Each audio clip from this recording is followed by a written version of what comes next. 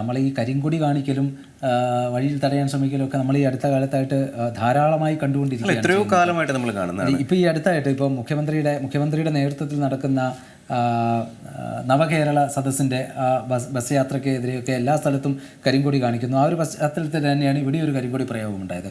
അപ്പോൾ ഈ കരിങ്കൊടി കാണിക്കുന്നവരുടെ ആവേശമൊക്കെ ആരെയാണോ കരിങ്കൊടി കാണിക്കാൻ ഉദ്ദേശിക്കുന്നത് അവരൊന്ന് വണ്ടി നിർത്തി പുറത്തിറങ്ങിയാൽ തീരാവുന്നതേ ഉള്ളൂ. കാരണം ഗവർണർ ഒന്ന് പുറത്തിറങ്ങിയപ്പോൾ പിന്നെ കരിങ്കൊടി പ്രതിഷേധക്കാരെ ആ പ്രദേശത്ത് ആരും കണ്ടിട്ടില്ല. പിന്നെ എവിടുന്നും കണ്ടൊക്കെ കണ്ടുപിടിച്ചുകൊണ്ട് വന്ന് അറസ്റ്റ് ചെയ്ത് അവരെ കൊണ്ടുപോകുകയാണ്. മുഖ്യമന്ത്രിയെ കരിങ്കൊടി കാണിക്കാൻ വരുന്നവരെ അവരോട് സ്വീകരിക്കുന്ന ഒരു നയം വേറെയാണ്. അത് മുഖ്യമന്ത്രിയുടെ സെക്യൂരിറ്റി ആണെങ്കിലും ഈ പറയപ്പെടുന്ന സമരത്തിന് എല്ലാ സമരങ്ങൾക്കും ഒരു പ്രോട്ടോകോൾ ഉണ്ട്. അത് KSUക്കാരോടാകുമ്പം SFIക്കാർ അല്ലെങ്കിൽ സർക്കാർ തിണ്ടമിടുക്ക് കാണിക്കുകയും ഗവർണർ കരുത്തനാണ്, ഗവർണർ സർപ്ലസ് കാറ്റഗറി സുരക്ഷ ഉള്ള ആളാണ്. അപ്പം അദ്ദേഹത്തോടാകുമ്പം ഈ ഷോ കാണിച്ചിട്ട് ഓടി വിളിക്കുകയും ചെയ്യേണ്ടുന്ന ഈ രണ്ട് ധ്രുവങ്ങളും നമ്മൾ കാണുകയാണ് ഒരേ രാഷ്ട്രീയ പാർട്ടിയുടെ. മുഖ്യമന്ത്രിയെ കരിങ്കൊടി കാണിക്കുമ്പോൾ അവിടെ മുഖ്യമന്ത്രിയുടെ സെക്യൂരിറ്റി അല്ലെങ്കിൽ പോലീസുകാർ മാത്രമല്ല, അതിനുവേണ്ടി കുറേ പേര് ഇറങ്ങുകയാണ് ജീവൻ രക്ഷാപ്രവർത്തകരെന്ന പേരിൽ. അവരാണ് ഈ കരിങ്കൊടി പ്രതിഷേധക്കാരെ അടിച്ചോടിക്കുന്നത്. മറിച്ച് ഇവിടെ വരുമ്പോഴോ കരിങ്കൊടി പ്രതിഷേധക്കാർക്ക് നേരെ ഗവർണർ വാഹനം നിർത്തി പുറത്തിറങ്ങിയപ്പോൾ അവരെ കാണാനുമില്ല. ഇതാണ് അവസ്ഥ. അതാണ് ഞാൻ ഈ പറഞ്ഞ തിണ്ണമിടുക്ക്. ഈ പറഞ്ഞാൽ ഇതൊന്നും സാധാരണ ജനങ്ങളെ സംബന്ധിച്ച് അവർക്ക് തീരുമാനങ്ങളൊക്കെ ധാരാളമായിട്ടുണ്ട്. അവർക്ക് ഇതൊക്കെ കണ്ടാൽ മനസ്സിലാവും.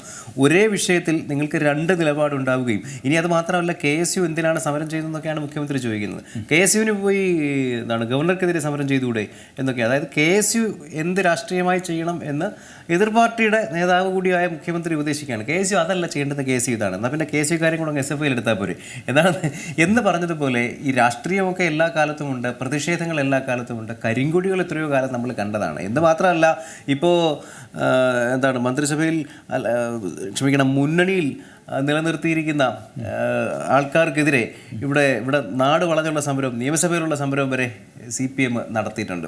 വളരെ അക്രമാസക്തമായ സമരം. സെക്രട്ടേറിയറ്റ് വളഞ്ഞുകൊണ്ടാണെങ്കിൽ ഒരു മനുഷ്യനെ അങ്ങോട്ടും ഇങ്ങോട്ടും വിടാത്ത രീതിയിൽ 3-4 ദിവസം സെക്രട്ടേറിയറ്റ് വളഞ്ഞ് സമരം നടത്തിയിട്ടുണ്ട്. അതിലൊന്നും ഒരു പരിഭവമോ അല്ലെങ്കിൽ പിന്നീട് നിലപാട് മാറിയപ്പോഴും ആർക്കെതിരെ സമരം ചെയ്തോ അവരെയൊക്കെ സ്വന്തം കൂടെ കൂട്ടി നിലപാട് മാറ്റിയപ്പോഴും അതിലൊന്നും തെല്ലും ഖേദം പ്രകടിപ്പിച്ചിട്ടില്ല CPM. അപ്പോൾ അതത് കാലത്ത് പ്രതിഷേധം എന്ന പേരിൽ രാഷ്ട്രീയമായി എടുത്തിട്ടുള്ള നിലപാടുകളുണ്ട്. ആ നിലപാടുകളൊക്കെ എല്ലാവർക്കും എടുക്കാനുള്ള സ്വാതന്ത്ര്യമുണ്ട്. ഇതൊരു ജനാധിപത്യ രാജ്യമാണ്. പ്രതിഷേധിക്കാൻ SFIക്കും KSUവിനും ABVPക്കും CPMനും കോൺഗ്രസിനും ഒക്കെ ഒരേ അവകാശമാണ്. നമ്മൾ പ്രതിഷേധിക്കുമ്പോൾ അതായത് പലരും പറയും പോലെ ഞാനിടുമ്പോൾ ബർമുഡ, നീ ഇടുമ്പോൾ അത് വള്ളിക്കളസം എന്ന നിലയിലേക്ക് കാര്യങ്ങളെ മാറ്റുന്നത് ഒരു ഫാസിസ്റ്റ് നയം കൂടെയാണ്. നമ്മളാണ് ശരി എന്നൊരു സംഘം അങ്ങ് തീരുമാനിച്ചു പോയാൽ അത് ജനാധിപത്യത്തിന് വിരുദ്ധമാണ് എന്നുകൂടി പറയാതിരിക്കാൻ വയ്യ. എന്തായാലും നാളെ ഗവർണർ ആരിഫ് മുഹമ്മദ് ഖാൻ കോഴിക്കോട്ടെത്തും. SFIയുടെ ഭീഷണി അവിടെയുണ്ട്. അദ്ദേഹത്തെ കേരളത്തിൽ ഒരു ക്യാമ്പസിലും കാലുകുത്താൻ അനുവദിക്കില്ല എന്നുള്ളത്. ആ പശ്ചാത്തലത്തിൽ അദ്ദേഹം 2 ദിവസം കാലിക്കറ്റ് യൂണിവേഴ്സിറ്റിയുടെ ഗസ്റ്റ് ഹൗസിൽ അതിഥിയായി അവിടെ താമസിക്കും. ഏറ്റവും പുതിയ വാർത്തകളും വിശേഷങ്ങളും വിരൽ തുമ്പിലറിയാൻ Zee മലയാളം ന്യൂസ് എല്ലാ ഡിജിറ്റൽ പ്ലാറ്റ്ഫോമുകളിലും ലഭ്യം.